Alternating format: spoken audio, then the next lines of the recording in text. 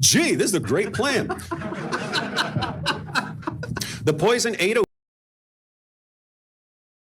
According to me, it's because Muhammad was the most obvious false prophet in history. According to Robert, it's because the people inventing Muhammad for their new religion made him sound like the most obvious false prophet in history, when they could have made him sound like absolutely anything they wanted. The most reliable, most trustworthy, most miraculous person who've ever walked the planet. Instead, they come up with a guy who thought he was demon-possessed, repeatedly tried to commit suicide, delivered revelations from Satan, was a victim of a magic spell, delivered false prophecies, accepted a meal prepared by a woman whose family had just slaughtered, dying like a rat, and being completely exposed as a false prophet. It just doesn't make sense. When we look at the Muslim sources, we learn that the prophet married more women and girls than his own revelations allowed, married the wife of his own adopted son after causing the divorce by lusting after her, loved sucking on the tongues of little boys, was constantly covered in semen, and left us with a pretty good idea of where that semen came from, and he died in exactly the way the Quran said he would die if he was a false prophet. That's what they came up with. A Jewish woman offers to cook Muhammad a meal, even though he just slaughtered her entire family. There are about 8 billion people in the world. You could ask all 8 billion people, if you just slaughtered a woman's entire family and she says, hey, I'd like to cook dinner for you,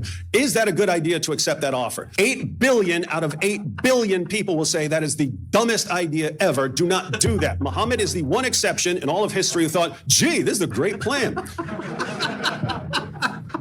The poison ate away at Muhammad's internal organs, and he died in horrible agony. Because look at what Muhammad said when he was dying. I continued to feel pain from the morsel which I had eaten at Khaybar. This is the time when it has cut off my aorta. Why is that a strange detail to invent if you're making up stories about Muhammad? Because according to the Quran, that's exactly how Muhammad was told he would die if he was a false prophet. Why is Muhammad such an easy target?